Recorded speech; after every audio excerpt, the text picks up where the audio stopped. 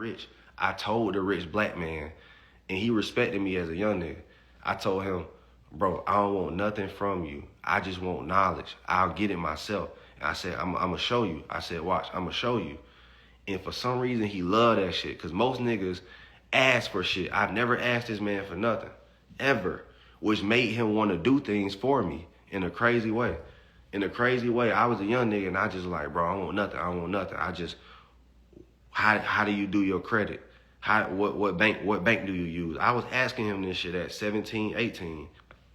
And the black man responded. Because for one, he only had like 1,200 followers. But I told that nigga, bro, I'm a huge fan of what you do. You get what I'm saying? And bro, you know, bro was fucking with me.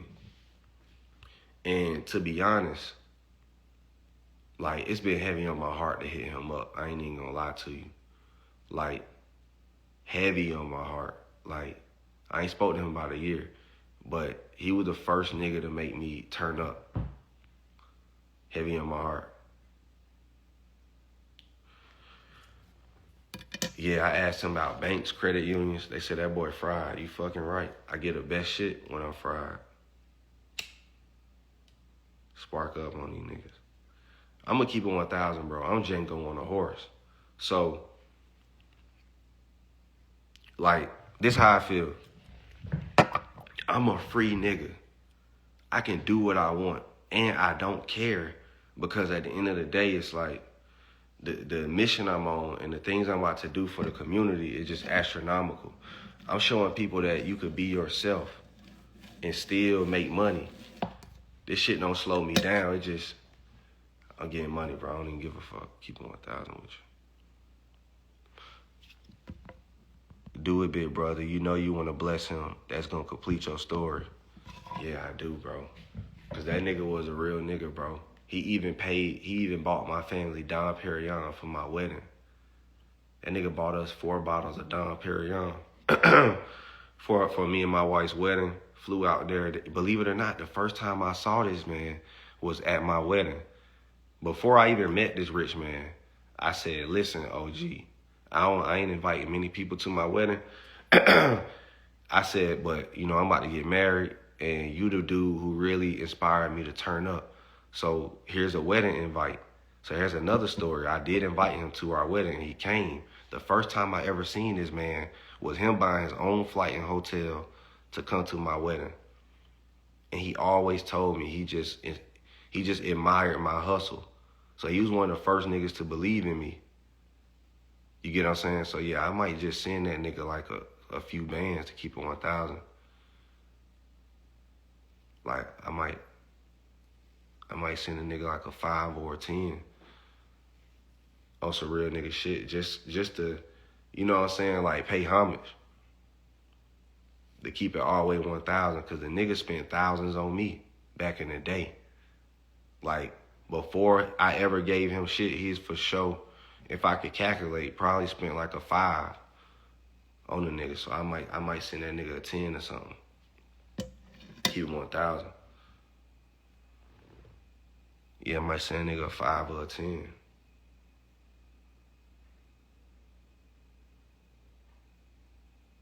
I bet he'll send it back. He probably will. But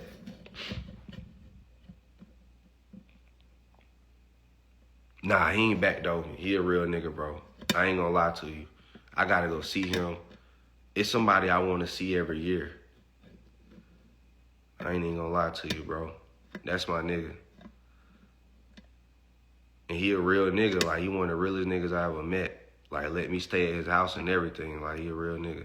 So I gotta go and, I want to take him on a trip, too. It's my guy. A gift is better. That's the thought that counts. I'ma just go to D.C. That's where he live. I'ma just fly out there and just go fuck with him. Spend some time with him, kick it with him. Where to fit from, man, I can't even say. Because then niggas gonna be wearing what I wear. I'm just so, I ain't gonna lie, bro. I do have a pet peeve. I don't really like to be copied. Like, this what I don't like. if you my nigga and you copying me, because you could have collabed. So it ain't about, it's about if we know each other. Like, for instance, I won't step in a nigga lane that I say, listen, bro, I respect you, black man. We talking face to face. That's my problem that I have. Like if a person copying me from a distance, I get it. But don't be in my face doing that shit when you could have just grabbed an affiliate link. You get what I'm saying? Like, so if I say what I'm wearing, these the type niggas who gon', oh, hell yeah, Aristotle wearing that? I gotta wear it. Niggas get so desperate, especially when they move to Atlanta, that they just, but that's why I'm so glad God blessed me with wealth and everything that I have, being that I'm from Atlanta, because I'm gonna be honest with you. Imagine a lot of people move to your city and they strike gold, but nobody from your city strikes gold. Then you gonna feel like, damn, like Atlanta known for entrepreneurship, but where the niggas from Atlanta who young entrepreneurs getting paper and being big and influential? And for me to represent that means a lot to me for the city, and I don't take that for granted. Representing my city, because I'm like, damn, bro, like, they say Atlanta get money, but all these niggas from out of town. Who was born and raised and went to high school, hospital, middle school, elementary school? It's me. I was born, raised here, and I'm getting to the paper here. And I represent that for my city. You get what I'm saying? Imagine you live in Memphis, New York, everybody move to your city and strike gold. You get what I'm saying? Everybody from out of town come here to strike gold. You get what I mean? But nobody from the city does, so I had to do it. I ain't the only one, because if I had to name some people from Atlanta doing their thing from entrepreneurship, though, and not entertainment. Entertainment is our biggest thing. We're Black Hollywoods. So you got Desi Banks, DC Young Fly, you got Fly, you know what I'm saying? I was just talking to him. You got Dutch. You got, most of these guys are older too. Believe it or not, are older, like our dudes who was hustling in the 90s, 80s, and like them black men, those the ones getting it. Like them guys, like King, and yeah, them older guys really got it. The younger generation, I might be one of the only niggas from Atlanta doing it from my generation. From an entrepreneurial standpoint, from an entertainment standpoint, there's plenty of us. In sports standpoint, plenty. Entrepreneur though, it's probably good. Yeah, I don't know. Your vision is clear. Much love. Don't give up. Appreciate it. I'm from Memphis. Actually in Atlanta, working right now. Exactly. You coming here to strike gold. Everybody here coming here to strike gold. This is the gold rush. If we being honest, Atlanta is the black version of the Harlem Renaissance, but we won't know it because we gonna talk about it 20 years from now. We gonna be like, bro, remember in 2020 through about 2030, from about, I'm gonna say about 2015 to about 2025, that 10-year stretch. 2015 through 2025, so many black people came to Atlanta and went up. When I say up, from real estate, everything, like, this is the Renaissance. It's right in our face as we know it. You're watching it. Everybody from the world watching it. Everybody who black needs to go to Africa American Museum in D.C. I need to go. You're right. I need to go to D.C. I need to go see my mom. My mom live in D.C. My first OG live in D.C. And I'm going to drop off a bag for him. I ain't even going to, you get what I'm saying? Like, I'm going to just tell him I'm going to pull up on him, and I'm going to just, thanks for everything you did, bro. You know what I'm saying? Like, you know, I'm going to hit him up. So I got to go to D.C. D.C. is like one of my little hubs. I got to go there. Asia, my mom said she flying in? Mm-hmm. She did? Okay, bet. Hella history in there. I mean, bro, I already know my black history. I didn't need a museum to know who Marcus Garvey is, to know who Serena Williams is, LeBron James is. That's why I never been to the African American Museum, because I already know. I know who everybody you can think of. Garrett Morgan invented the traffic light. T. Sampson invented the cellular phone. We invented the gas mask. Charles Drew. Garrett Morgan invented the same black man who invented the traffic light invented the gas mask. Garrett Morgan. Charles Drew, blood transfusion. You know, Harriet Tubman, who don't we know? You name them. I know them, read about them, watched their documentaries. So that's why I never been, because I'm like, man, I already know what's going on. I'll go to a museum who show me something I don't know. But I'm still going to go just to kind of, for a different reason. I'm going for a different reason. You'll know why one day. I'm going to be honest with y'all, bro. Y'all going to look at this time period right now, everybody watching this live, and one day y'all going to be like, that's why that little nigga was staying private. That's why he didn't say nothing. That's why he didn't, that's why he was that way. That's why he wasn't around a lot. 2025, he just getting money online, doing what he do. You gonna see why in like a year and a half. If y'all knew the type of shit I'm cooking up behind the scenes, like when I say y'all don't even understand. But it's all private now, because I finally understood. It took me 5 years to realize why you should keep quiet about certain things, why you should stay low key, why you should find your tribe, you get money just to kick it with your family. That's the life goal. You get money just to kick it with your family. Like some niggas allow the world to be their family and forget about their family, right? So I even realized that, like, no matter how rich I get, I gotta stay back to the basics. Like, I'm taking my mom and my grandmother and my wife to Africa, right? So I'm taking them to Africa in some weeks. And it's gonna cost a lot. But at the end of the day, that's what this shit is about, bro. This shit is about, I only hang around niggas who understand that no matter what, this shit don't change. Family first, get money, and fuck everybody else. We kick it. We gonna stay happy. We don't want to have a stressed out life while we get money. You know what I'm saying? Like, so that's what this shit is all about for me, is getting money stress-free and taking care of mine. You get what I'm saying? Because at the end of the day, your family is what matters.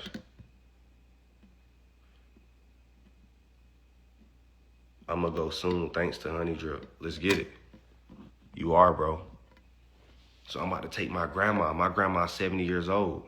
So I said, my grandma never been to Africa. If I could take my mom and my grandma to Africa, that would be amazing. So I'm going to do it. You know, I could have spent, so the same money I was going to spend to go to the Super Bowl and be around a bunch of niggas who don't care to help with my mission. You get what I'm saying? Like, I decided to spend that money. It was going to cost me like 50 grand to go to the Super Bowl the way I wanted to go. Bring me and my guys, pay for the hotel, whatnot. So I'd rather spend that 50 grand taking me, my mother, grandmother, and my close friends. We going to Africa while we can. My mom and my grandma only getting older, so I want them to see Africa. He said, my dog, no, yeah, my grandma, I bought my mom a car. I bought my grandma a car. But see, I ain't gotta be the one to hop on Instagram and flex about who did the most for their family. I would break the internet if I really talked about the stuff I do for my family. I showed a few things. I bought my dad, my mom, my wife, and my grandmother a car, you know. And honestly, to be honest, the only person I really get something like that again for is my grandfather. I gotta take my grandfather somewhere too. I ain't even gonna lie. My grandfather is like the man who was related to me that I really like. Believe it or not, my genes come from him. So how I'm tall, dark, and handsome, I get it from my grandfather. So the person you're looking at, the body you see, is my grandfather's body. Tall, slim, athletic build. That's my grandfather. Let me tell you how I know it's my grandfather. My grandfather is 6'5", but my father is 5'7". My father is light skinned, but my grandfather is dark skinned. And this is my mom's father. So I know I get all my genes from him, without a doubt. And I kind of look like him a little bit. So, yeah. So that's why I was like, the body and the existence I am today, I'm literally, a lot of my, am I high? Of course. Am I supposed to be sober? I'm a free man. Who gonna drug test me? That's what I'm trying to say. Who's gonna, yeah, it did skip generations, but who's gonna drug test me? Why am I not getting high? I want to ask people this. Why not? I'm free. I'm a millionaire. I don't got a drug test. I just made $18,000 yesterday. I make a lot of money per day. I make 5 figures per day. Why not? I haven't made less than 5 figures in 3 years in a day. What else is there to do? You know what I'm saying? Like, somebody explain to me, what else is there to do? I done it all. What Shawty Low say? Done it all. They call me done it all. Cars, done drove them all. You get what I'm saying? What else is there to do?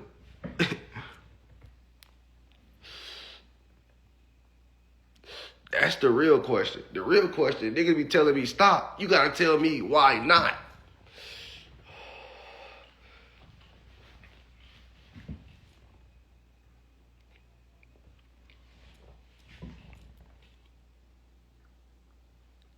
He said, I like how you do everything you doing and still hit the live and hang out. 100, bro, appreciate it. He said, fuck him, bro, don't need to speak on it. You know what, bro? They don't think people who smoke weed can be educated. They really believe in their heads. I'm being all the way honest, bro. They really believe you're stupid if you smoke weed, bro.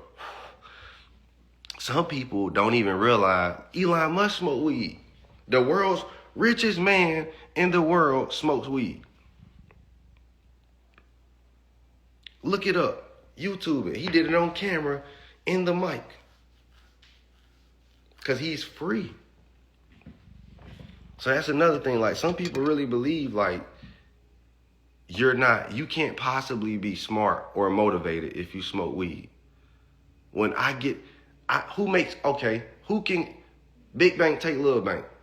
Create creative.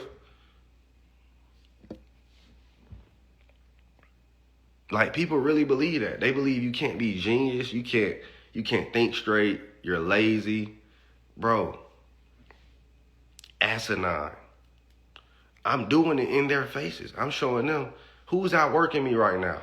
And I'm smoking this.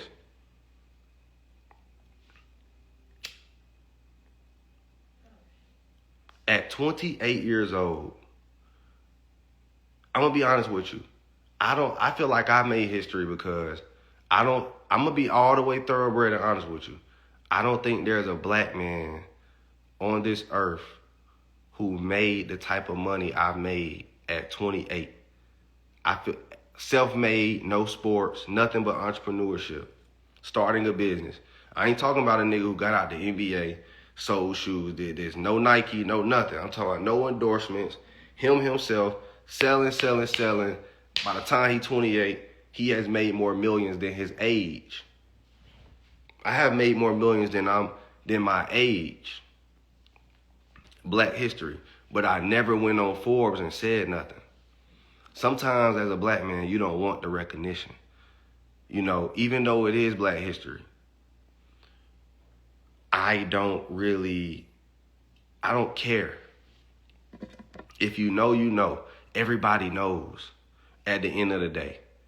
You get what I'm saying? I feel like it's one of those everybody knows who don't know who the fuck I am. Nick Cannon just posted me. Beyonce knew who I was 2 years ago, and everybody thought I was Cap. And then next thing you know, people start talking to me and all this stuff, and people start realizing Beyonce knows who I am.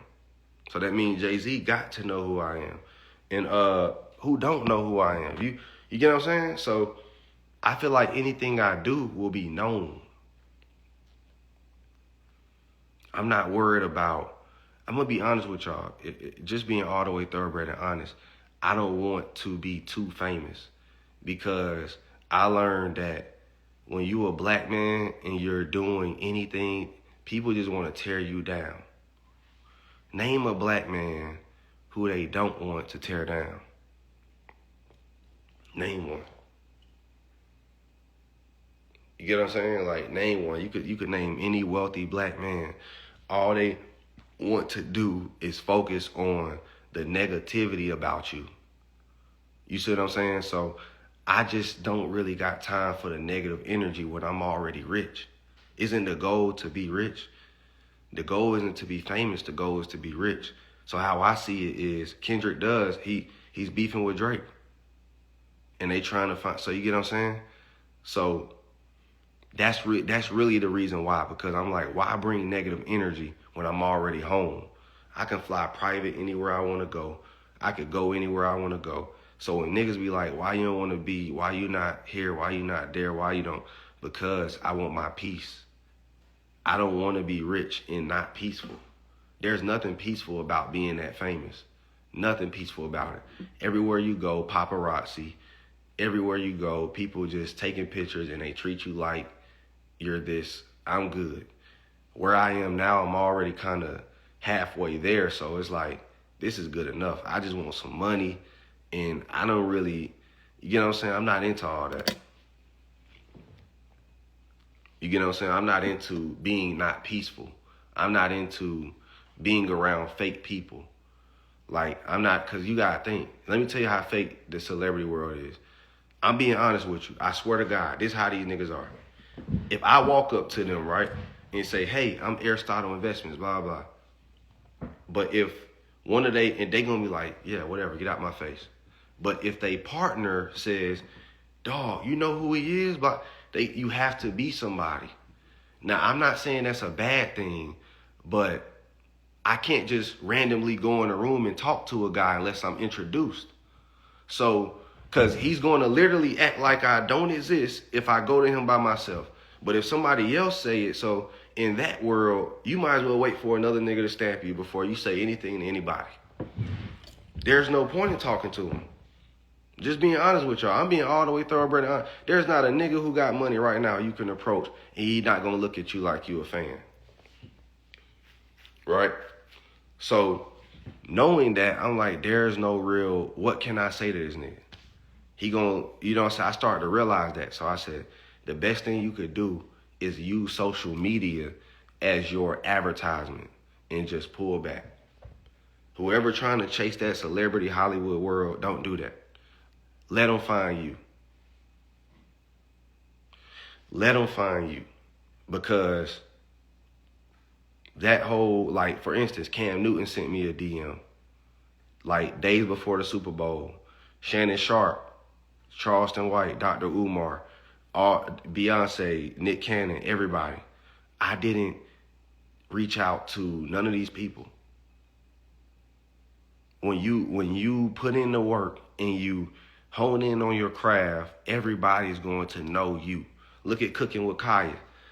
Just twerking and like you will find your way. She was like, how about I twerk before I cook this fucking meal?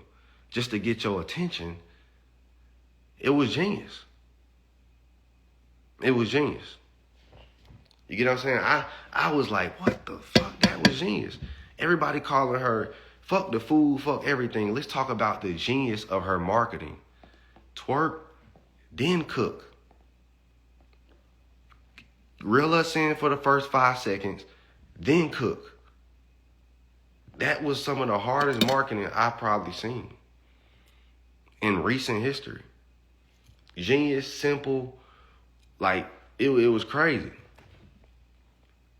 Beyonce reached out. Beyonce didn't reach out. She sent people to me. But what I learned is people want to see you keep going. Bro, there's no reason for her to reach out. But what she did was she sent somebody to one of my tours in Miami. It was a dude who worked for Roc Nation, and she told him to come to my tour in Miami in 2022. So that was 3 years ago, bro. Bro, when I dropped this project, bro, the president gonna know who the fuck I am.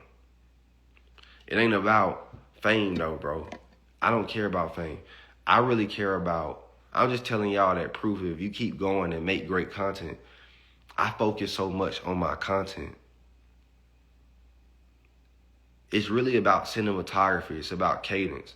Like, for instance, the shit I'm saying to y'all could go viral.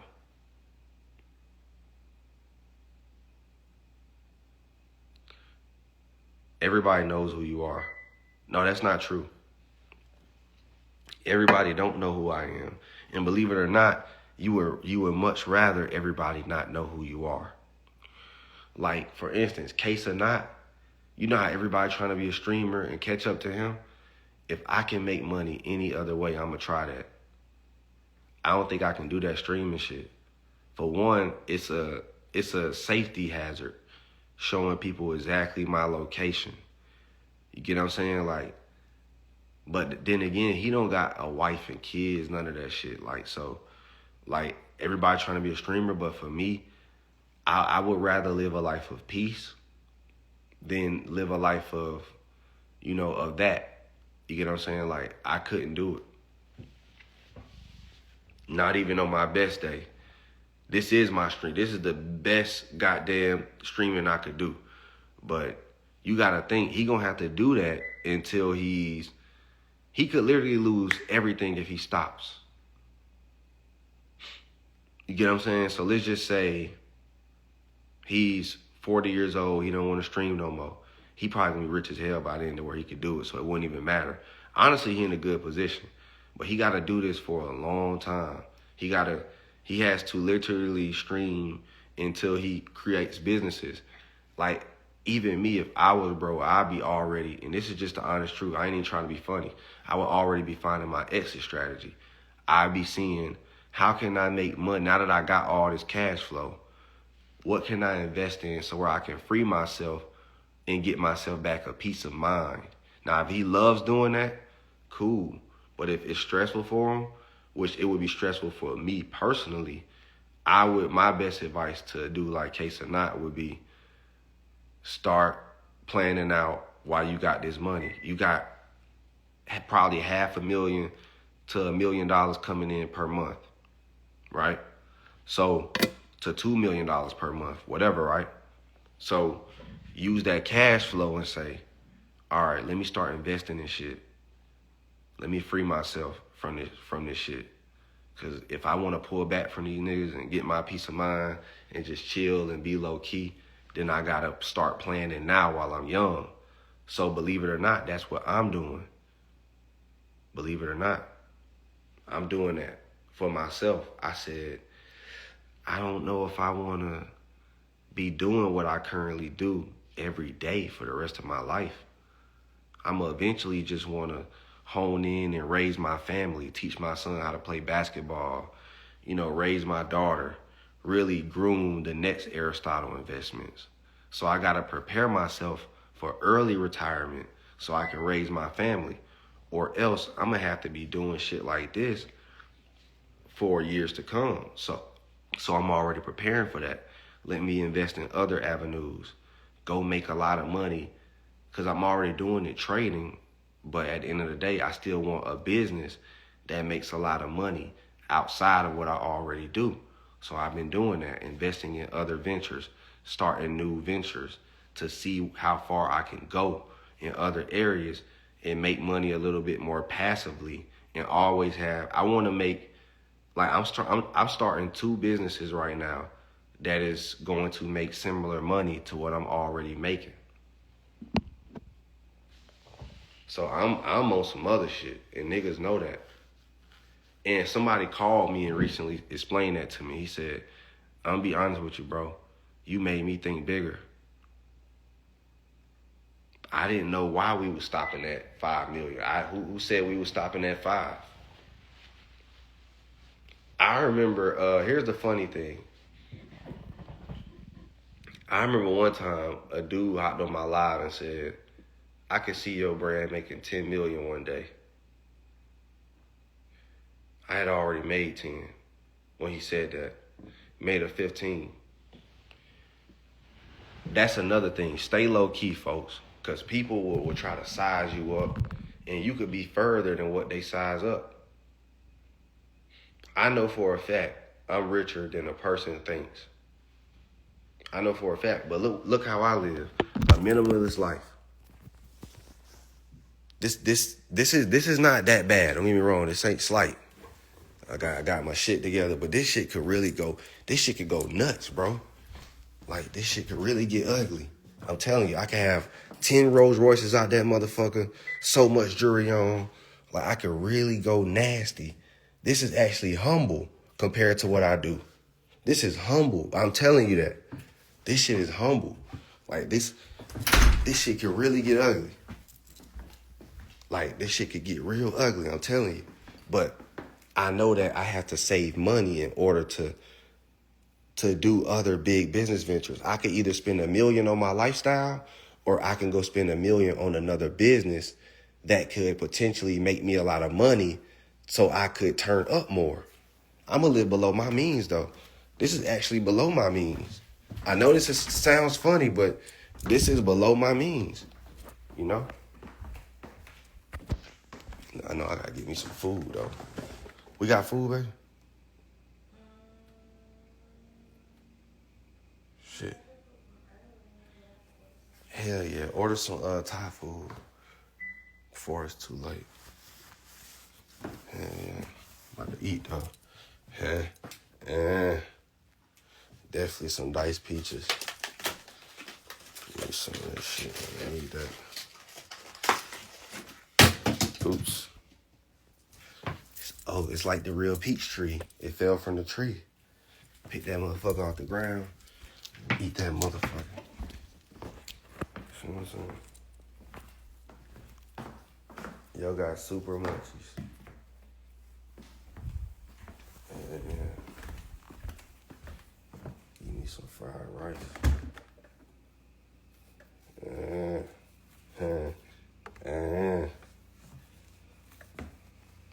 Yeah, it's munchies time. You know what the fuck going on. I ain't gonna lie, I'm trying to chop it up with you, bro. Man, I wish, bro. Right now, I ain't really in the time frame, but at least I saw your message. That's this chopping it up right now. I'm focused on the food mission, you feel me? I'm gonna have to eat some cereal. Can't eat cap, bro. I'll probably eat some cereal. Can't eat cap, bro. Let's see. Let me see what type of milk this is. This will work. Eat some cereal. Till this shit come.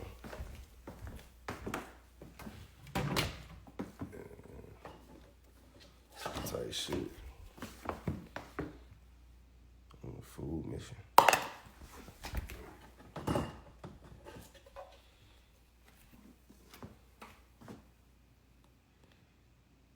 Somebody said, boy, about to eat up the kitchen. Oh, you know what the fuck going on, especially when it's your kitchen.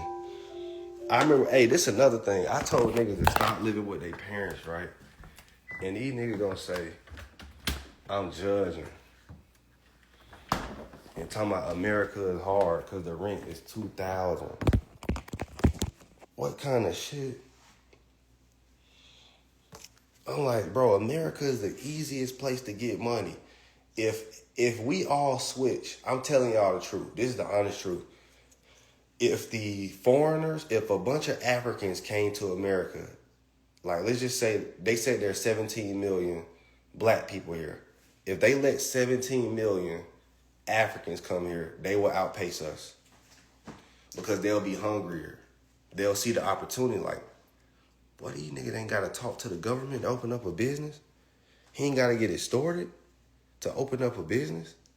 He ain't gotta, they gonna come here and run circles around you. So I don't want to hear nothing from no nigga talking about how America is hard. You's a bitch. Because if anybody else came over here, they'll out-earn you. They'll out-earn you. Anybody, I'm talking about anybody would come over here and hustle up. That's why everybody comes over here and make more money than us. Because they look at this motherfucker like, whoa, they ain't got to do this to get some money. All I got to do is just get an LLC. All I got to do is just read a book and study the stock market. Nobody holding me back.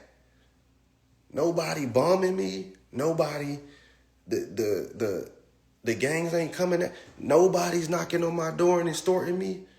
I could just do whatever I want to do. Y'all niggas are pussy who come here and who live in America and complain. The biggest pussies are people who complain the most about America, bro. You're wasting your fucking time. You live so good compared to the rest of the world. I ain't gonna lie to you. I don't even take you niggas serious, bro. I take all y'all talking all that, the white man, this and that. After I went to Africa, I stopped taking y'all serious. Keeping 1,000 with you. If you go to Africa, you'll see that a lot of woke niggas cap, bro. You'll be like, man, this shit way easier over here. Shit, I ain't even gonna lie. I'm slick glad we over this motherfucker. And they talking about some, let's move back. Boy, y'all crazy in the motherfucker, boy. Hey, I ain't even gonna lie to you, boy. I love my people. But ain't no way I'm living over that motherfucker. But I need it. They do have better food. I'm not gonna lie to you. They got better food. Just being all the way thoroughbred and honest. They got better food, better air, better vibes. No cap. I'm wearing African shit right now. But here's what y'all niggas forget. Hold on. Watch this. I'm gonna spin around. Here's what you niggas forgot. You still gotta make money while you out that motherfucker, dumbass. So what the fuck are you gonna do when you're out in Nigeria and Ghana? If we go back, how are we gonna work? Where the fuck my money gonna come from? Now, I'm an online investor, all that shit. I ain't even gonna lie to you. But for the average nigga, we all go over there. How the fuck we gonna earn 50 racks? Who gonna put us on? Oh, you niggas, we forgot about that. Niggas be like, move back. And where the job at? If they ain't got a job, how I'm gonna get a job? He ain't even wanna put his own nigga on. If it's a lot of broke, poor people out there. They talking about we move back. Who the fuck gonna give us 50 racks, 100 racks a year? If they ain't giving it to their own people. You get what I'm saying? So I'm like, niggas just be talking. They don't even care about anything after they said what they said. All they say is the first part, let's move back. Nigga forgot about all the logistics of moving there. Who the fuck, where we gonna work? How you really think we about to go there and make change? We're not their government, you fucking idiot. They have a president, they have a fucking a court, they have all that shit. And you talking about this little money we giving them for a fucking investment is going to make some change. And if we post on social media, we're going to make change. We can't do shit. That's another lie they told us. They told us our money as niggas and whatever we could do, we could go over there and help them niggas. If you go over there, nigga, what the fuck you about to do? They got a police. They got just like they got over here. What the fuck you gonna do? You think they gonna listen to you? Yeah, I'm a black American and I just want to tell you that I think you should stop doing this because I'm a nigga from America and you gonna listen to me. Nigga, they gonna look at you like you stupid. They gonna be like, nigga, get out my fucking face. So somebody arrest this nigga. What the fuck? Man, that's what their president gonna say, man. You don't mean shit to him. Get this nigga out of my face, man. What the fuck? Stupid nigga from America, man. What the fuck? Man, they gonna look at you like you stupid. Chicken. Yeah, that nigga, you think you about to go over there and say what? Say what? Who the fuck do these niggas think we are? Like, come on now, man. Like, they gonna be like, man, get this nigga out of my face, man. Get this, what the fuck? Man, them niggas ain't finna listen to us. So I'm sitting here like, man, these niggas over here in America capping, talking about how we about to go over here, donate money and make change. Man, that shit ain't happening, man. You crazy as fuck. That shit cap, man. You gonna slap the shit out your ass, man. You wild, and you must then see rich black Africans all part. Yes, nigga, that's what I'm saying. They got money.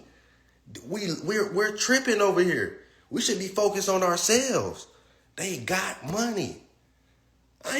Bro, I'm telling you, bro, like, there's a lot of them richer than us because they own shit. Like, they own gold, minerals, grains, oil. That's what I'm trying to tell you. They own the land. So they making deals with the Chinese, and man, they got money. So we can't do shit. I bet don't donate shit to Africa. I'm telling you, it's a scam. They have money. They actually have more money than us. Let me explain why. It's 17 million niggas over here. It's 300 million niggas in Africa, in Nigeria. It's 300 million people in Nigeria, but it's 17 million black Americans in America. They outnumber us. How can 17 million of us help a billion of them? Y'all niggas don't be thinking. That's what I'm trying to say. When I went over there, I thought about all that. I'm like, man, these niggas lying in America. Man, these niggas got money. Hell, these niggas got more money than us. Rich African soccer players, it's a lot of them. It's a lot of them.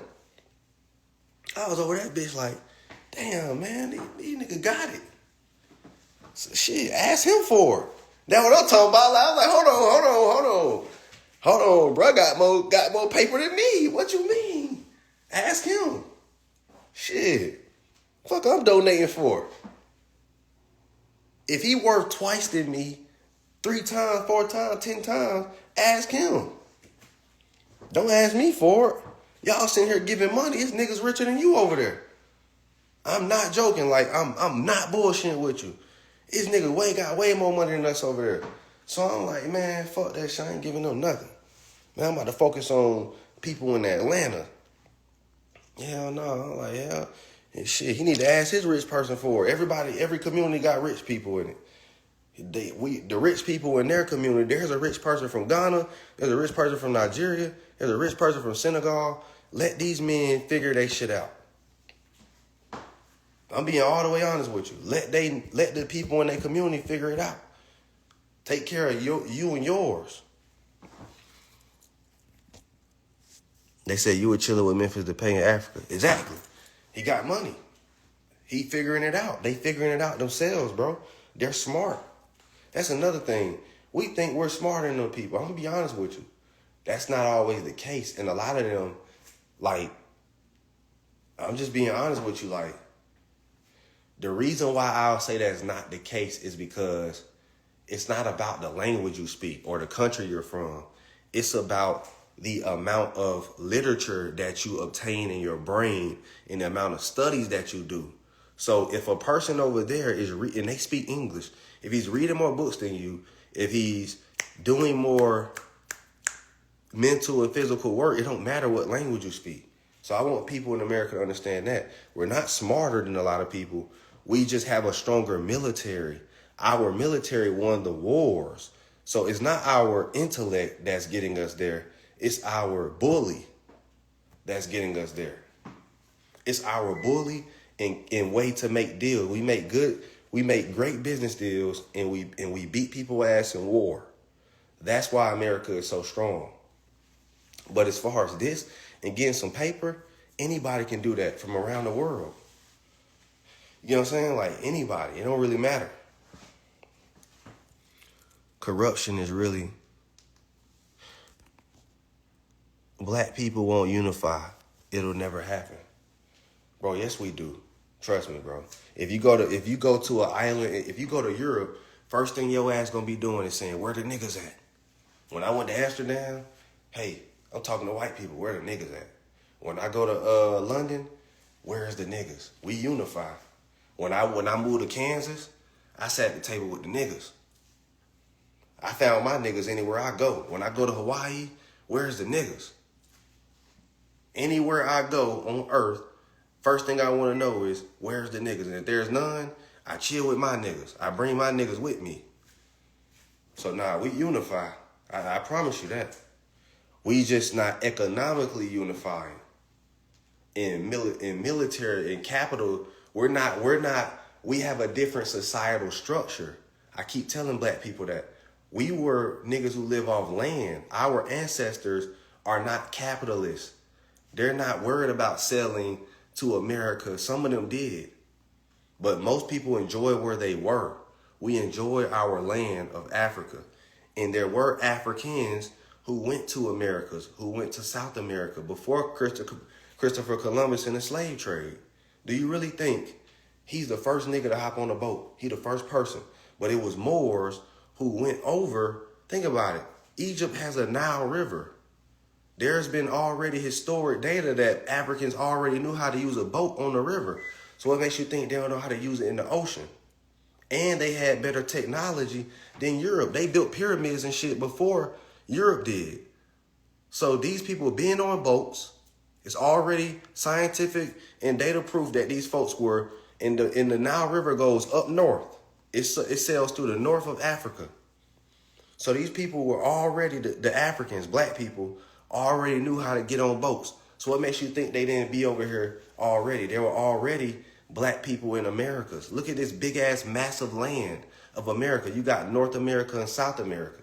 You really think it was no nigga ever to go to South America or America before Christopher Columbus? Use your brain. Use your fucking head. You get what I'm saying? Think about it. Australia is not white people. Those were black people. Look up the Aboriginal people. So think about it. We didn't just live in Africa. Australia was our land too. So if you really be woke, we're not even the minority, we're the majority. And we were the majority on Earth at one point. We had two massive continents that were just niggas. Australia and goddamn, the Europeans came there and annihilated the Aboriginals. Believe it or not, Australia was just a land full of niggas. Aboriginal, dark-skinned niggas, just like Africa. Australia is technically a continent. You get what I'm saying? So you got to use all your context and brain. Once you understand the world, you realize you're not even a minority. You're just a minority in America. America is going to scientifically, America is smart. And I actually, you could take notes from how the man makes humbles and demoralizes black, like for instance, things like making Africa smaller on the map is another thing. When Africa is actually larger than Europe, but if you look at a U.S. or any world map, they're going to make Africa larger. I mean small, but Africa is bigger than what it looks like on any map. Notice how they're going to try to make Asia look the same size as Africa, or even the U.S. the same size as Africa somewhat. The U.S. looks huge on any world map, which it is, but Africa is huge.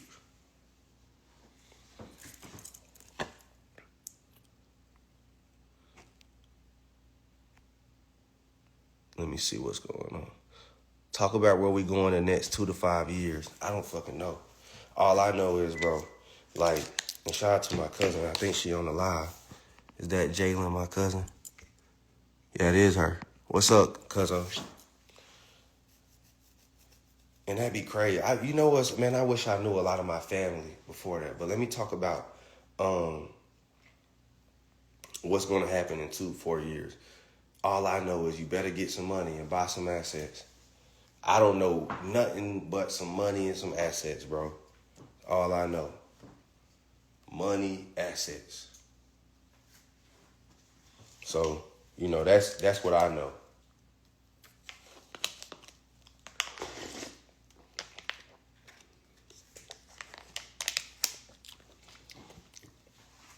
We can't predict what's gonna happen. All we can do is prepare.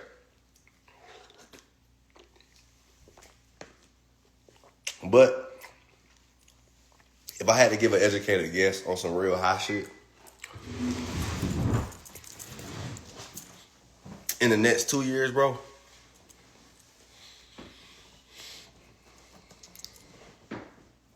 Atlanta is going to be a lot of technology in Atlanta. Atlanta is going to be, in the next 4 years, 5 years, Atlanta, that's why I'm investing in Atlanta, because Atlanta is going to be New York of our future. The new New York, because they got all these land to develop on. So New York is kind of, don't nobody want to, everybody moving. Everybody want to go somewhere else. Only foreigners want to go there.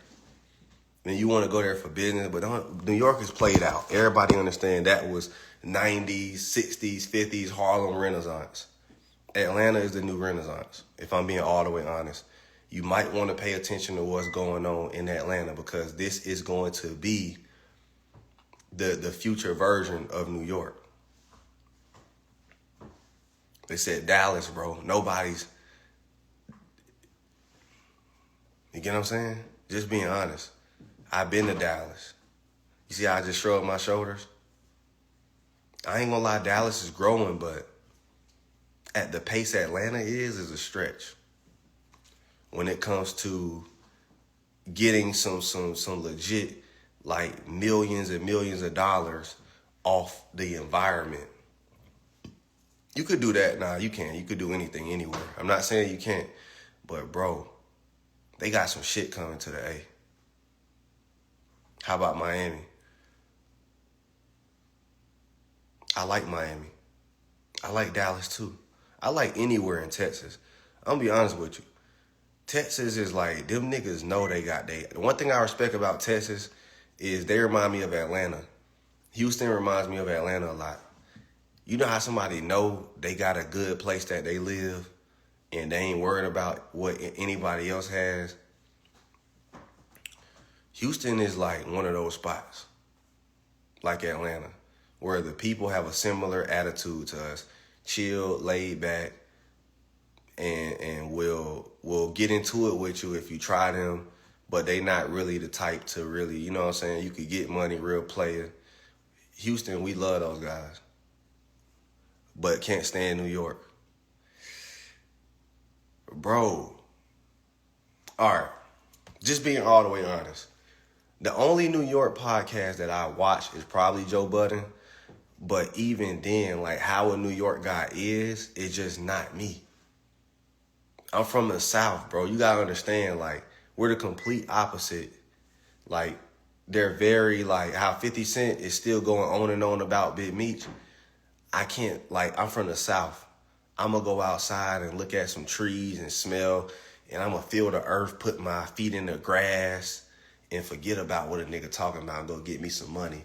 I can't go on and on for like 3 weeks. Like, New York niggas are like kind of petty and loud and jumpy and obnoxious and just drama and just petty, and then always in somebody else's business. It's just like we not like that down here, bro. So when I'm talking about the New York scene, y'all scene is just very unattractive for a Southerner. Like, when I say, like, all the way unattractive, bro, like, we just despise the way y'all are. Y'all are the complete opposite of what we are. Like, complete. Like, I don't see that. I don't see y'all niggas being real to me. I'm gonna be all the way honest. The shit y'all do look fake. And then y'all just stay beefing. Like, and then when y'all do come together, it look fake. You know how, like, you know how we throw a concert in Atlanta where T.I., everybody come together, Killer Mike, you know, or just hustlers in Atlanta come together. It don't look fake. Like, it don't look forced. It don't look like y'all look like y'all hate each other, bro. I'm going to keep it all the way 1,000. If 50 Cent, Joe Budden, Diddy, all y'all most powerful people, everybody just who got money came in one room, it'll be drama. Let's be honest. It'll be drama. If all niggas in Atlanta came together in one room who got money, there would be no drama. It would be no drama. We do it. We go to the Atlanta Hawks and Falcons games. If you want to know where every Atlanta nigga be, go to a Falcon game. They all downstairs at the Falcon game at them little private bars and shit. We do it all the time. Y'all can't do that. So when I'm saying y'all got like a cultural problem, I mean it. I'm not sitting here trying to be funny. I'm being serious. Like, y'all got like a real hating ass cultural problem, bro. Like, y'all do. And it's the truth. Y'all couldn't all come together and just fellowship. They said Dallas niggas be hating on each other. So I've heard. They said chill, son, but you right. It's the truth, bro. It's the truth. Niggas be out there stabbing each other, bro. It's like that everywhere. Damn near, like, except Texas and Atlanta. And then I heard Detroit is trying. Detroit would probably be the most brotherly northern part. Philly and Detroit. Believe it or not, I be seeing a lot of people stick together. Like, Baltimore real close-knit. Keep it 1,000. I was chilling with some Baltimore niggas. They close-knit. NY bros will snitch on their mama. Straight grimy. Hey, bro, I'm gonna be honest with you, bro. Like, I would watch a New York dude like a hawk. I'm gonna be honest, New York niggas make my stomach hurt. I don't think I could be real close friends with a nigga from New York. I'm gonna keep it all in 1,000. Y'all niggas make my stomach hurt. Hey, you know how a nigga just such a fuck nigga to you? You just be like, bro, please stay away from me, bro. Like, ooh, please. Like, just please, just leave me alone, bro. Here's some money. Just go away. Go away. Like, I throw $100. Like, please. Like, that's all you want, nigga? Just get out my face. Like, y'all niggas make my stomach hurt, bro. Like, just thinking about y'all niggas make my stomach hurt. Y'all some fuck niggas, bro. I can't even lie. Hey, y'all some fuck niggas, bro. I can't even lie, bro. Hey, no cap, man. Hey.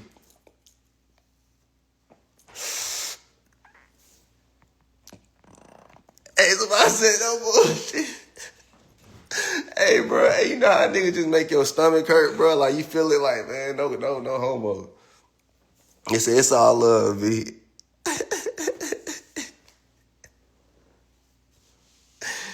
Hey, man.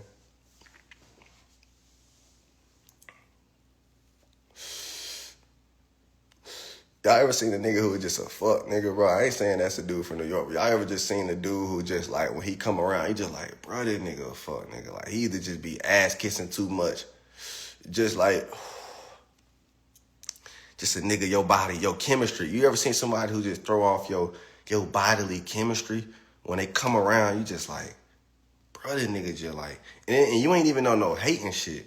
It ain't about the money they make. It ain't about nothing. It's just like, they probably just have some energy that's just so cornball or just so drama or just so dark. It's something about them that just like, bro, get the fuck on, bro. Like, you know what I'm saying? I ain't never had, somebody said, nah, for real. Like, hey, hey, bro. If I had to say people from a certain area who give me that vibe, it's not an area. I think it's a mindset. It's not really an area, bro.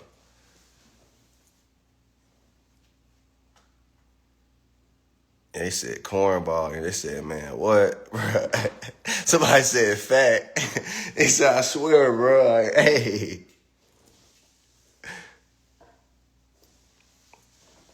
It just happens sometimes, bro. Like, they just really just be, it be something about them. It be like, man, please. Not today. How y'all week in the market going? It's going amazing. Niggas be the type to bite and tuck they tail. To be honest, bro, all this shit is social media. Think about everything people beef over today. 100% of beefs are started today, social media. And then the others be like, well, I won't say that because niggas be fucking each other, women and shit. And that shit be really what it be about. If you think about all the shit that's going on today with black men, it's either social media or women. Those are the only disagreements we have. So maybe if we all come together and say, okay, everything that's going on is because of these two things. We posting diss songs on what? Social media. We doing what?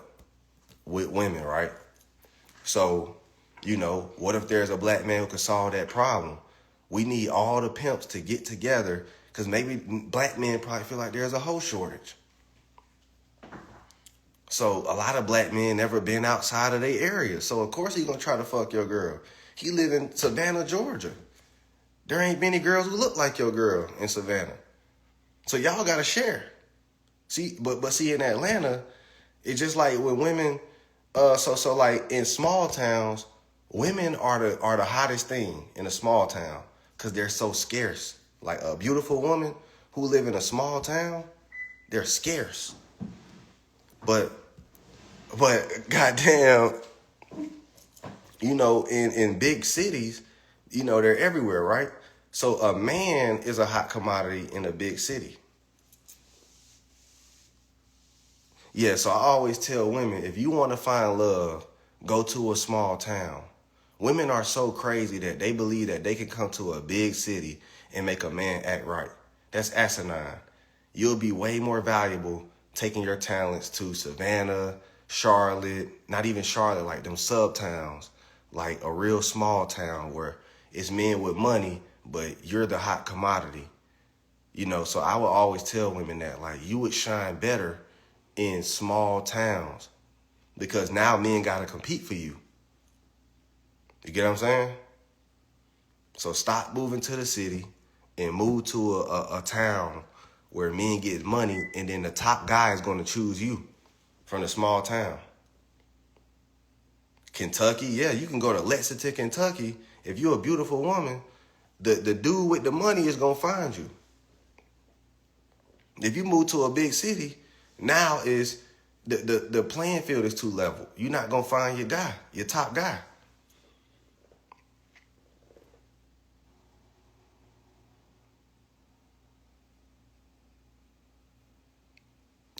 When you commented Discord, seeing you, he said, y'all got to share. Yeah, that's true, bro. It's smart, but the thing is, once you get your girl from a small town, you got to duck off. And that's another piece of game. If you a dude getting to the paper, sometimes you may have to move from the big city and go build somewhere so you could be the man. Sometimes, and that's the thing, you could make a kingdom anywhere. Like you can move to Florence, South Carolina and take over. You could move anywhere in the world and take over. All the people from the States not the same, so that question make no sense. I don't know what y'all talking about. The countrymen be letting themselves go, so I can see being beautiful and winning. Oh yeah, for sure.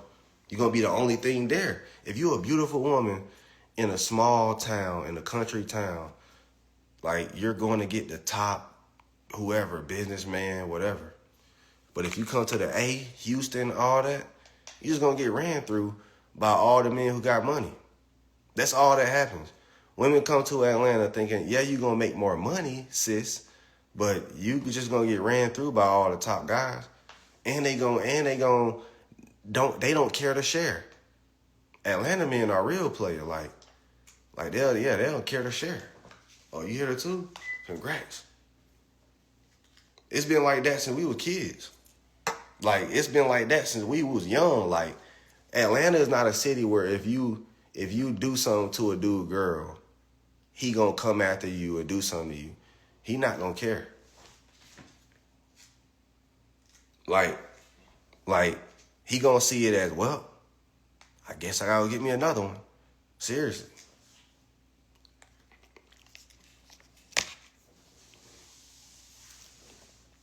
Somebody said, that's how we are in D.C. I'm from Savannah, and the best looking women are in Pembroke, Statesboro, Richmond Hill, and Pooler. Nigga, you name everywhere but where the good looking women at. They're probably in Savannah, bro. But, oh, you're older. Yeah, the college. You probably can't talk to college girls. When I was living there, somebody said half Atlanta, weird.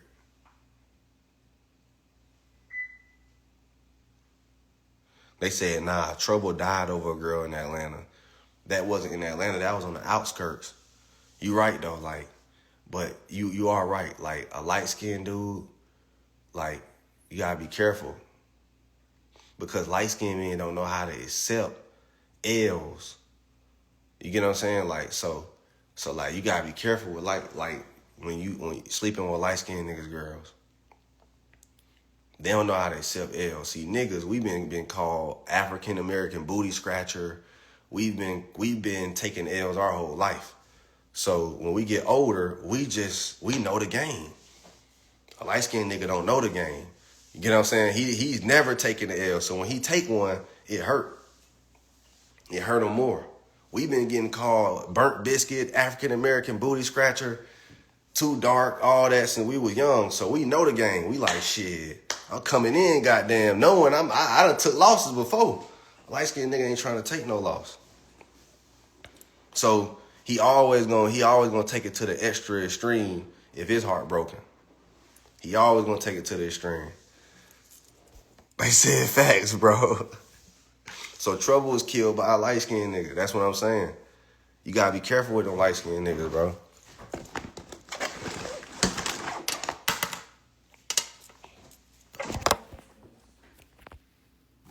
I need a charger. Oh, here we go. Yeah, now people want to fuck with the chocolate. But yeah, we were young with African-American booty scratchers. They called us every name in the book, bro. We couldn't catch a fucking break. Every day, African-American booty scratcher.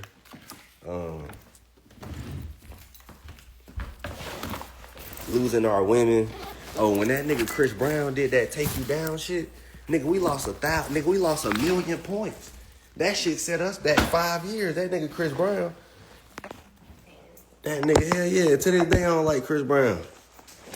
That nigga set us back with that take you down shit. Nobody wanted us. After that, nobody wanted a dark-skinned nigga after that. It was over with. It was over with, bro. Like, a nigga would get some pussy just because a girl said, oh, he looked like Chris Brown. Oh, Chris Brown don't know that. A nigga would like, if you was dark-skinned and there was a choice between you and a nigga, when that Take You Down came out, it was a wrap, bro. Nigga set us back 5 years. I don't know who brought us back, but boy, thank God. Because that nigga Chris Brown fucked the game up. That nigga fucked all the game up.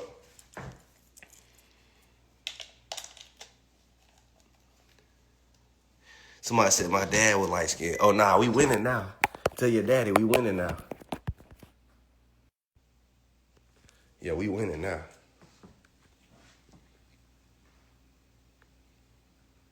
Yeah, this African clothes. Yeah, but yeah, that nigga Chris Brown, that nigga tried to bury us with that take you down shit. He tried to bury us. But we came back swinging. I don't know how or who brought us back. But women just, I think social media did. And all them dashikis and the African movement and everybody start talking woke shit, that brought the nigga back. We came back. But Chris Brown fucked the whole game up. Him single-handedly. That nigga right there fucked the whole game up. Like, had us dark-skinned niggas in the goddamn, like, damn, bro, we ain't gonna get no girl for him, B5, like, they only show light-skinned niggas for like a fucking hot minute. Nigga was fucking the game up. So, a woman, when we were young, a young girl wanted a nigga who looked like what she listening to.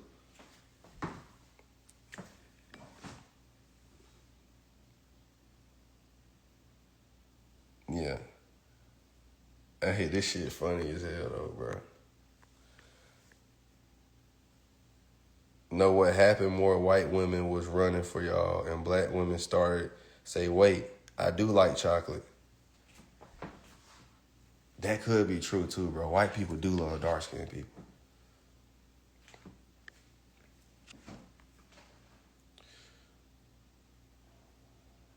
Start a business before doing stocks, or it really don't matter. I don't know.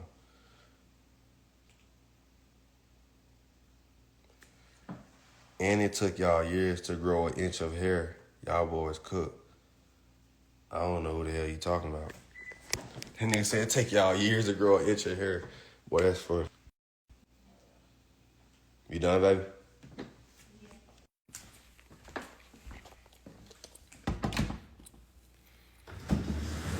Chocolate men still have to have an extra mile, go the extra mile though. Nah, hell nah, not today. Hell nah. We actually winning over light skinned niggas right now. We winning. Not today.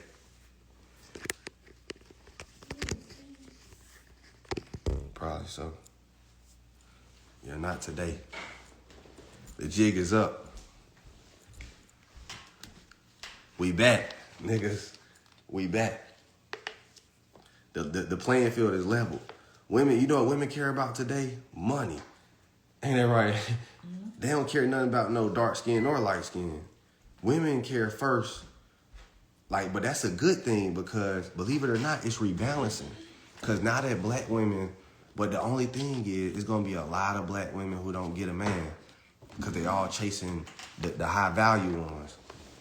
But our top black women are going after our top black men, which is good because back in the day, the white women would go after our black men. But now our most beautiful sisters are getting in front of our black men and confusing the fuck out of him. I'm talking about stunning. Like, look at all these niggas girls today. You know what I'm saying? That's a good thing. It's a great thing. It's a great problem. Because we got our sisters going after them, hunting them down. They can't resist. We can't even resist it. That's how beautiful a black woman is. Not even our top niggas right now, all of them. They going back to black. I'm going to tell y'all why, though. Because the reason why we're doing that is because back in the day, Disney Channel made it seem like Hannah Montana, Jessica Simpson, Britney Spears, you get what I'm saying? White people showed their best looking women at all times. But they'll show anybody who black, or we didn't know. And they'll show our best looking people too sometimes. But they showing their best and they making it seem like this is that. So after a while when social media came out, Mark Zuckerberg is smart. He realized that black people, notice as a black man, if you go on your algorithm, you're gonna see black women. Just go to the search bar because he's doing that on purpose. And he's taking you away from the dating apps. He's just going to put it in your search history. You get what I'm saying? So the algorithm, he doesn't even realize he's bringing back black love without him wanting to do that. Mark Zuckerberg, that's why I say the world will rebalance no matter what. The slaves had to get free. Abraham Lincoln, Mark Zuckerberg and Abraham Lincoln are the same people. Let me explain why. Mark Zuckerberg probably isn't an advocate of black love. But at the end of the day, in order to make money, he has to push his algorithm for black people to see black people, which he doesn't realize putting black people in our face all day makes us love each other. Now we got our own community. Now we got our own news. We don't have to watch Disney Channel to be entertained anymore. We can go watch a black YouTuber. We can go watch a black creator. We can go watch something else other than Disney Channel to see entertainment. So Mark Zuckerberg probably is not an advocate of black love, but his algorithm made it happen. Abraham Lincoln didn't want to free the slaves, but at the end of the day, in order for the economy to be stabilized, because the South was getting money from free labor and the North had to pay white workers, so the economy was unbalanced. The South was killing the North. So he had to free the slaves. He had to say, well, everybody got to be free so we can balance the economy, or because it's out of order. South, y'all just getting money from the slaves. And we letting y'all do it. But goddamn, we got niggas up here working. We got white men up here working. And we can't even make the same money y'all got in the South. So, you know what I'm saying? I don't care. Hey, do something about it. But guess what? I'm going to continue getting my money with my cotton and my blah, blah, blah. So the North was like, well, We got to go to war about this. Because at the end of the day, the economy has to, you get what I'm saying? He said, bro, you talking over our heads. I probably am. They put Lincoln on the penny because he has an African in his blood. He probably does, to be honest. He ain't free the slave. He emancipated them. Big difference. The most still can't see. Even then, he probably didn't want to. It was to stabilize the economy. So black people love black people for social media. Again, social media is the sole reason niggas are pro-black again.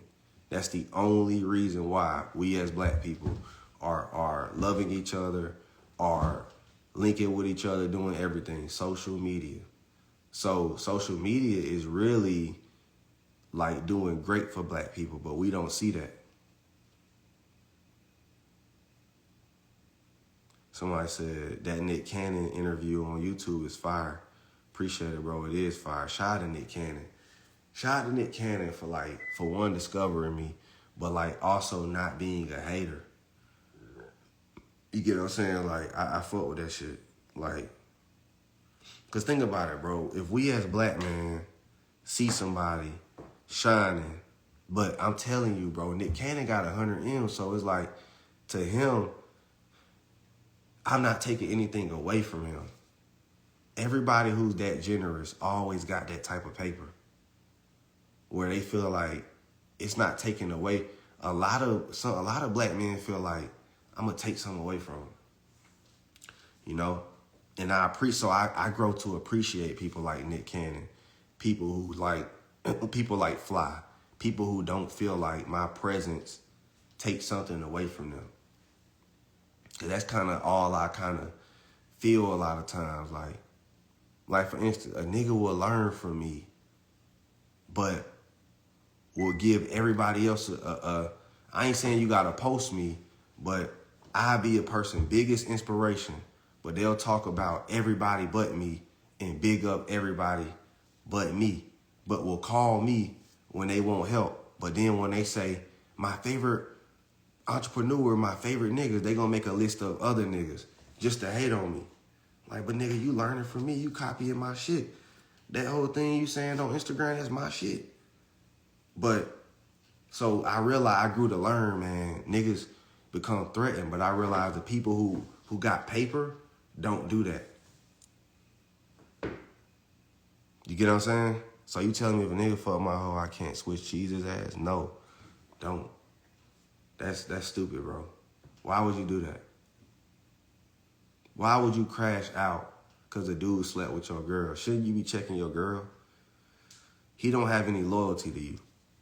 That's what he's supposed to do. Name any man on earth where a good-looking woman goes up to him and say, I want to suck your, you know what I'm saying? And he going to be like, you know what? Not today.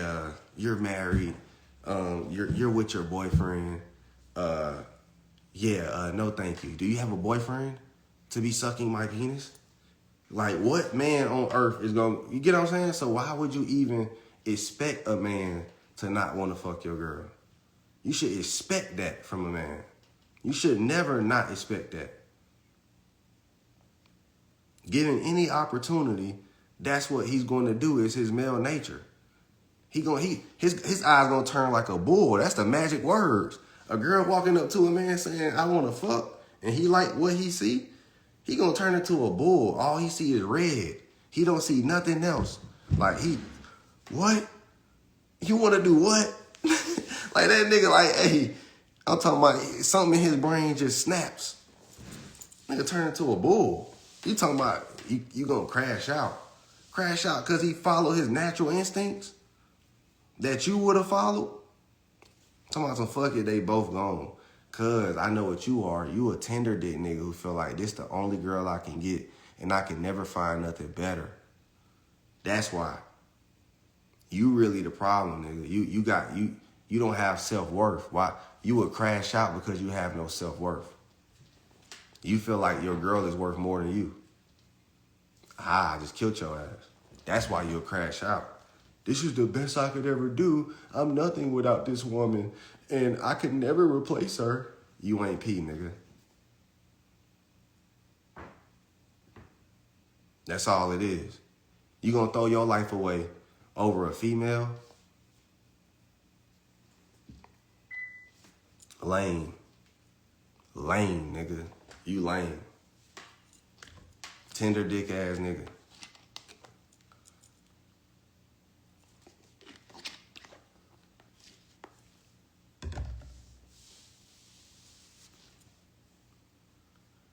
He said, I'm just a young nigga who don't care. So you proud of that. You proud of being a crash dummy.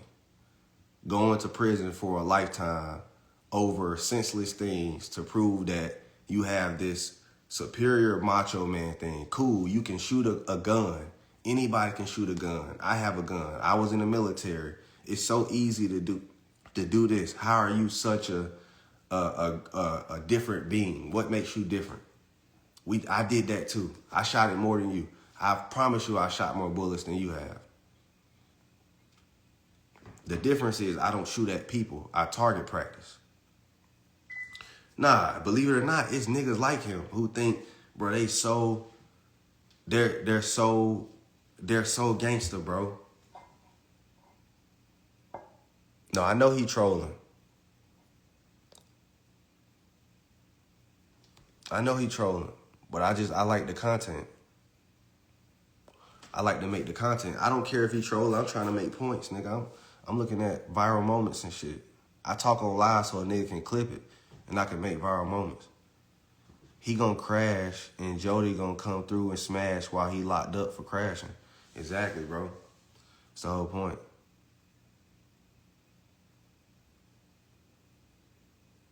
They so ready to be slaves and work for 5 cents a day. Right. That nigga so ready. But y'all nigga, bro, avoid jail. I'm gonna keep it 1,000 with you, bro. Just don't fuck with niggas. That's why I don't fuck with niggas, because fucking with niggas gonna put you in jail. Men gonna disrespect you in a way, because men are like that, bro. They're looking for the time you turn your back the most and they can strike. So you can't put yourself in striking distance. That's why I stay out the way. For that reason, I understand the game. I'm a young, black, wealthy man. Coming around too many people is only going to be bad for me. You get what I'm saying? I got to be around just my family, and then the people I got to be around other than my family and close friends got to be high net worth. I ain't just coming around no regular niggas. That's how you get snaked. They just looking for the opportunity to fuck your girl, to do something just to get you, bro. Like his whole mission, he ain't got nothing better to do. He ain't getting no money. He ain't trying to go after his dreams. He ain't doing shit else but trying to figure out, how can I get something from this person? You get what I'm saying? They said that's why I moved to the suburbs. Me too, nigga. I go visit my niggas, but I can't stay too close, because at the end of the day, like, they gonna try to trick you off the streets. That too, bro. You see how many niggas create fake beef with me? Just keep mentioning my name, doing weird shit, doing this and that. You get what I'm saying? Like, niggas look to create fake beef. Yeah, they want to play you out your spot. I already know that's what go on. Like, so I'm street smart. A nigga can't do nothing. Like, they can't even offer me nothing. God is good. Now that I make so much money, you can't even offer me shit. You can't trick me, because I ain't going. Now I don't even want to do it. Nah, I'm not doing it for free. Where's the fee at? Why, you know, what's in it for me? You know what I'm saying? Like, the only thing I do for free is give back. You gotta have so much street smarts, it's ridiculous. You gotta know men. You gotta know all the games men play. Like, for instance, never go through a middleman. Go straight to the person. Like, you gonna get scammed. Never go through a middleman for any transaction with anybody. Never. Always go straight to the source. Y'all gonna learn some street smart shit out here. I learned some street smart shit.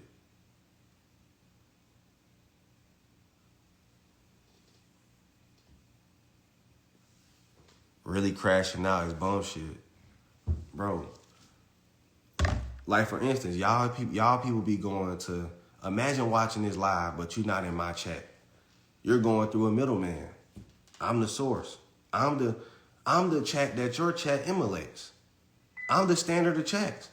No one has more active subscribers than I do. So think about that. Why? So you don't think a group chat owner is paying attention to that? You don't think anybody who has any type of group chat that's options is not inside of my chat? They have to go see what Coca-Cola is doing. If I'm Pepsi, I got to know what Coca-Cola doing. So if you're not in Honey Drip, you're essentially not in the standard. You're comment the word challenge to participate in the small account challenge. But I'm being all the way honest. Think about it. If I'm Pepsi, if I'm Dr. Pepper, I want to see what Coca-Cola doing. I'm just being all the way honest. Anybody there, every top group chat owner is inside of my chat. Somebody said, Fats, I need to join. I'm being all the way honest. We the standard. Comment the word challenge to participate in the small account challenge.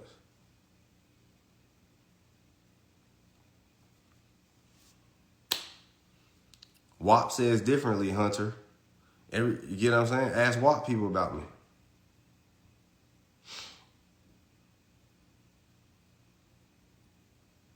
Somebody said, nah, I see it. For sure. Anybody who's an option trader today has to emulate some form of what I'm doing. If you do anything, I am the source. If you have an option trading Discord, you have to be inside of my Discord to emulate my success. If somebody is live trading every day, that came from me. If somebody is just anything, like you name it, the way the Discord is structured, the small account challenge, all that shit, bro, I'm telling you. Stock Sundays, making you know what I'm saying? Like stock Sundays, calling out stocks on Sundays. That shit is mine. They have the standard. I set the whole standard. The playbook that it is to be an option trading guru is literally mine. It's literally mine. Like everything you could think of. Everything you can think of in this option trading shit is like, and y'all saying it too. I'm really a method. Everything I do, everything like I do as far as a Sunday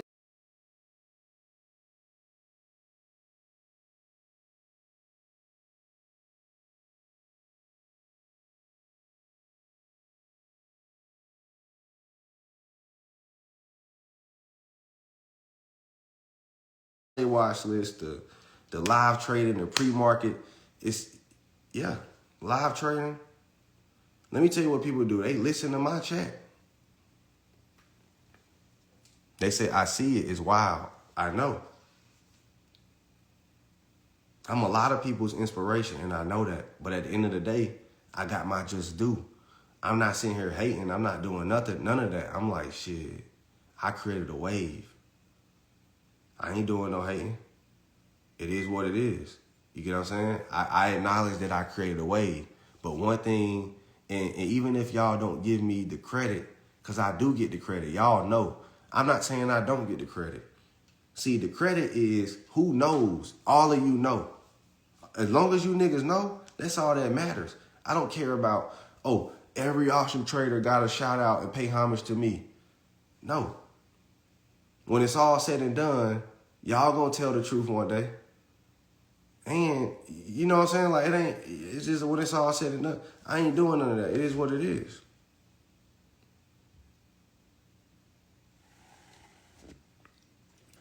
Nah, like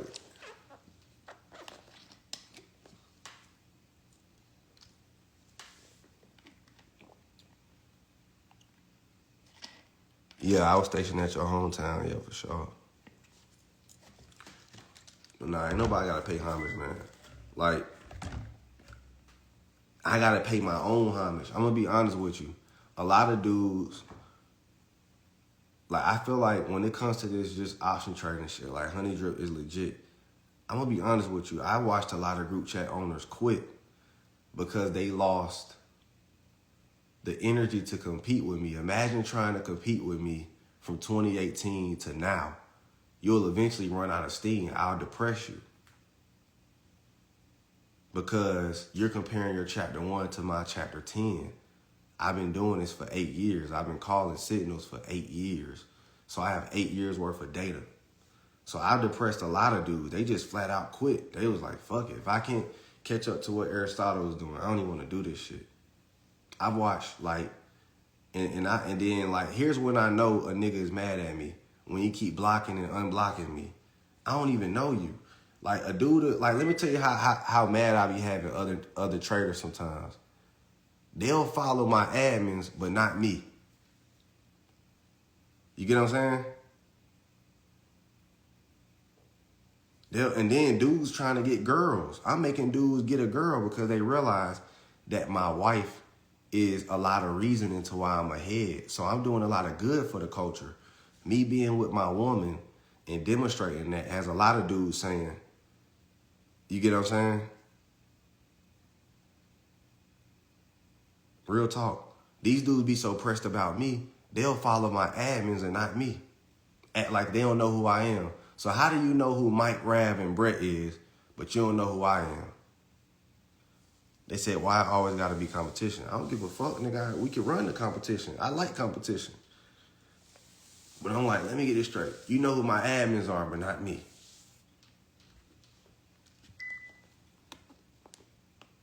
No bullshit. You make me want to lock in with my little shit. Nah, for sure. Like, they put me on to some trader from Twitter. I ain't never seen this dude before. He already had me blocked. I never even got I like, bro, I don't even know who you are. Like, white men, I ain't gonna lie, some white dudes be pressed. It's a dude named Sam something on Twitter. I don't know his name, but he like a trader. A dude told me to go check him out. I've never seen this guy in my life, and I'm already blocked. I be having niggas pressed that bad. I'm like, I ain't even did shit. Like, I don't even know you. You get what I'm saying? So I'm like, and then it was another dude, he's like a trader. Never seen him in my life.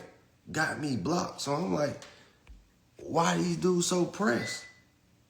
Man, I'm like, what did I do? Like, what am I doing that got niggas to be like, I don't even know this nigga, but I'm gonna block him? Like, what?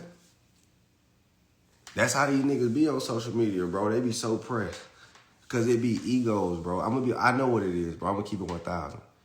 A lot of dudes have an ego like, I'm fucking smart. I'm this, I'm that. And I'm so this, right?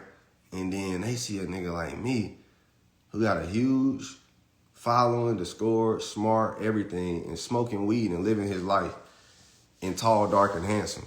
It's threatening. But believe it or not, every nigga who dislike me, who be blocking me and doing all that shit, are all niggas I'm tall, dark, handsome, and just got more swag than. We just do the same shit, so it's probably threatening because the dude like, man, he probably gonna like him more.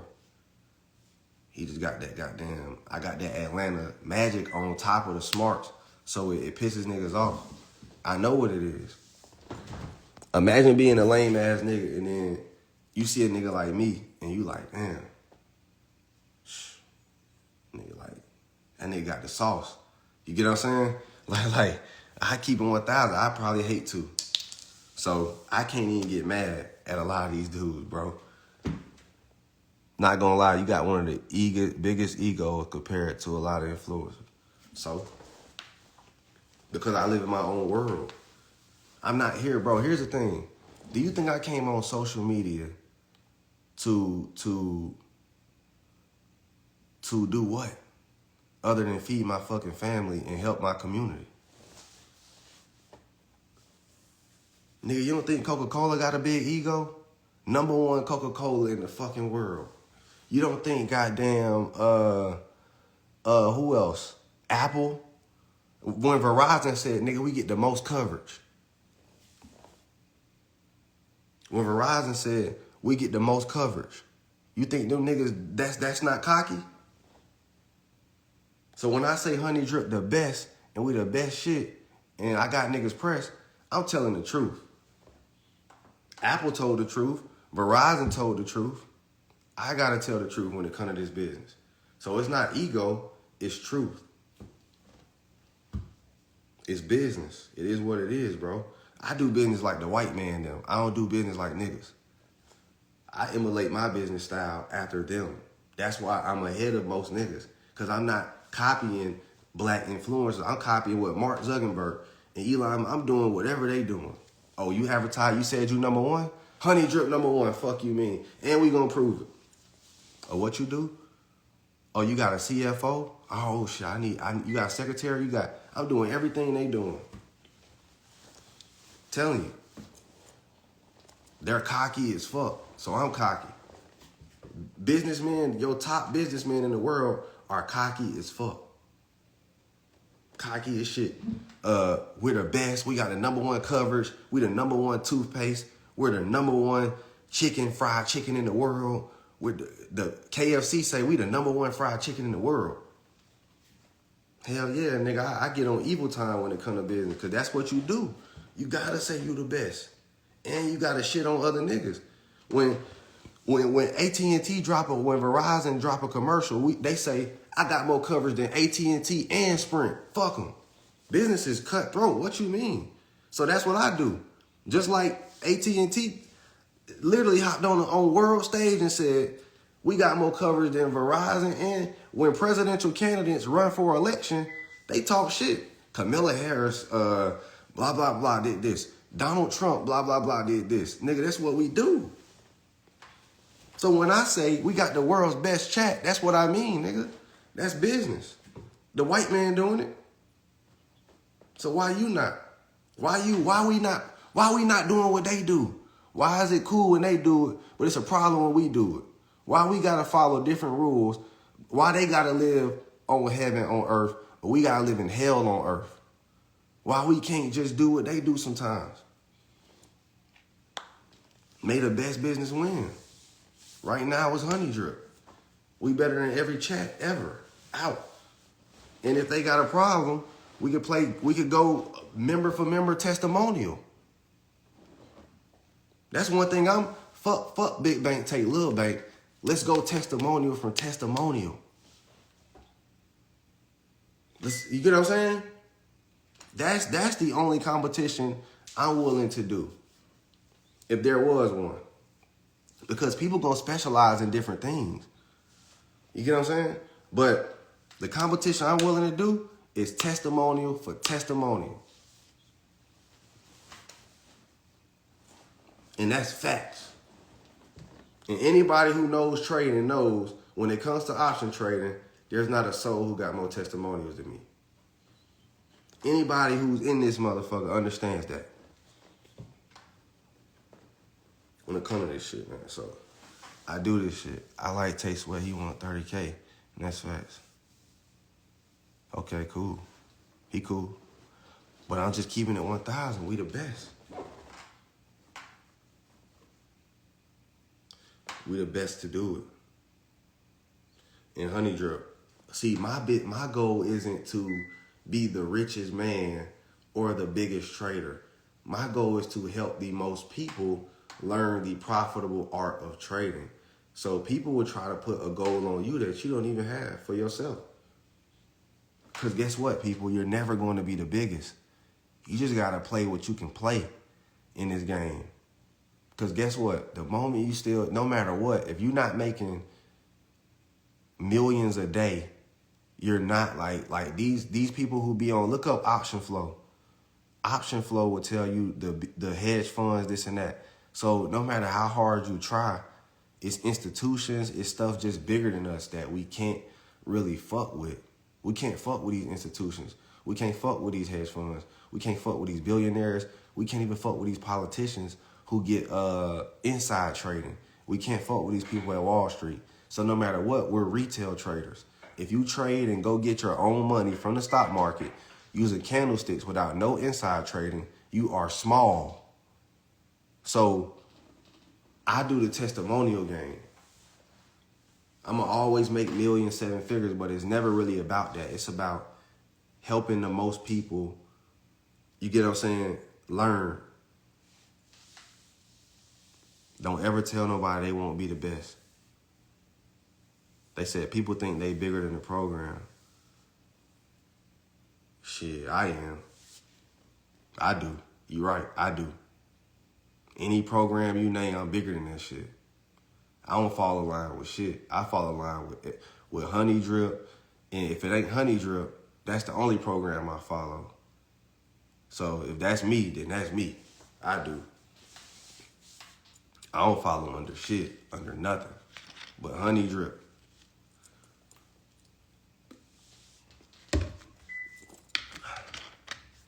Yeah. Yeah, I'm bigger than the program for sure.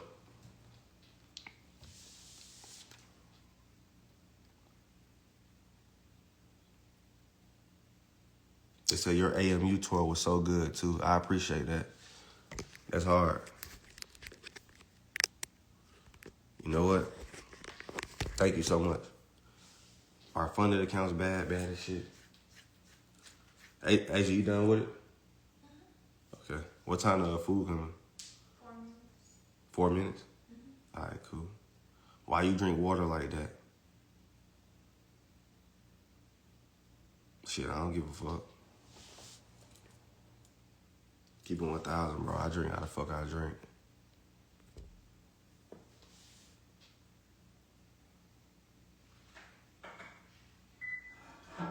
I own 5 properties in Killeen.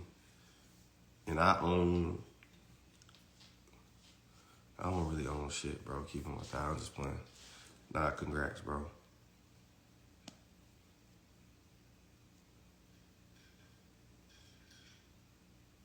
They said dude contradicted himself in 5 minutes. Yeah, I probably did, bro. I don't give a fuck. Keep it 1,000. I don't. That shit don't mean nothing to me, bro. Here's the thing, bro. Like, that shit don't mean nothing, bro. Whatever a nigga talking about. You can say whatever you want on this goddamn live.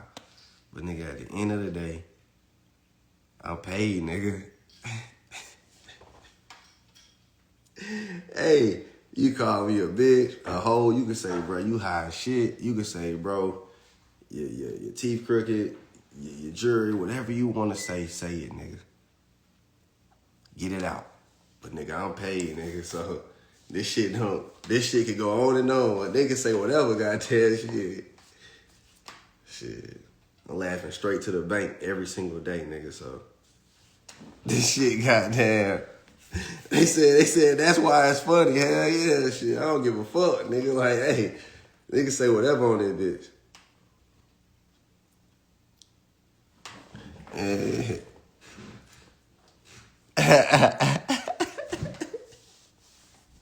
They said, yes, sir, goddamn. Boy, nigga say whatever on that bitch. I'm goddamn paid, nigga. I'm out the rat race, so the joke's on you every single time. If you in the rat race, you can't laugh at me. That's all I'm trying to say. So that's all I'm trying to say. I'm trying to free you. Like, I ain't saying you can though, but I'm saying like you can't try to look down on me and no shit like that. Like I don't, you know what I'm saying? I don't be caring about no shit like that. Or judging me. I'll say judge. I won't say you can't laugh. You can't judge. If that makes sense. You can laugh. I laugh at shit too. I ain't gonna lie, I be laughing at niggas all the time. Like, what's the most shit I laughed at? What's my new video that was funny as fuck to me? You know how you got this one meme that's gonna kill you? Oh, it was this young nigga talking to the cops, right? That nigga funny as hell, bro. Let me find that shit, bro. Bro, that nigga funny as fuck. I gotta find that video. I think I sent it to Jeff, bro. I gotta show y'all that shit, bro. It was this young nigga who was, anyways, I found this new shit. I don't feel like going downstairs, bro. Aristotle never entertained the bullshit. I don't care, bro. I entertain everything, bro. I'm on this live talking shit. He said,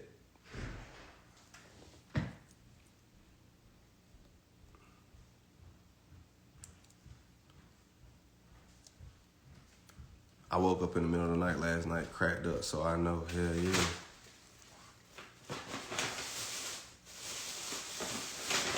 I just joined Honey Drip, learning all the basics. Appreciate you, bro. Brett and Rav are beasts. Appreciate it. Mike is too, and Midas. Everybody's beast.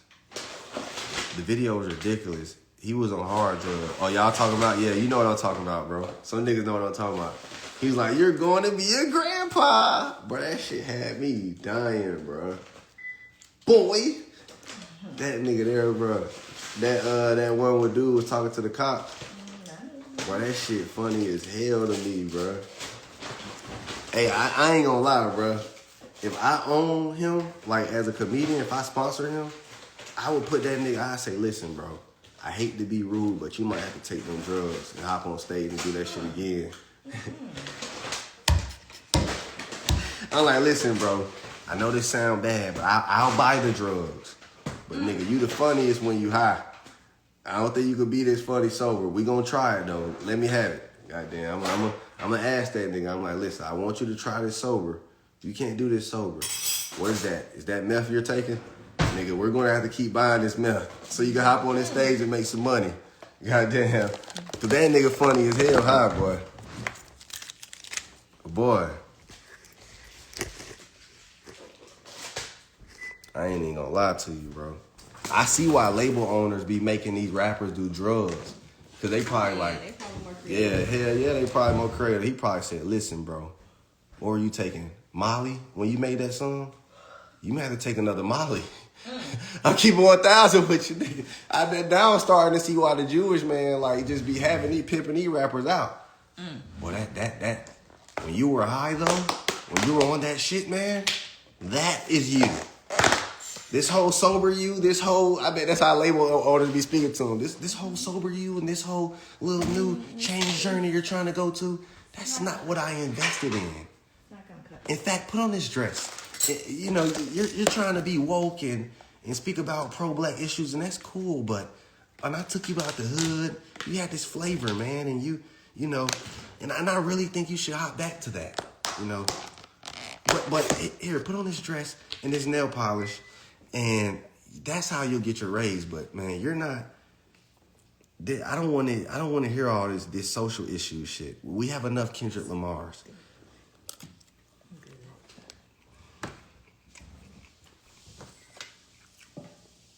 So I'm telling you, bro, they probably making these dudes do them drugs and encouraging it.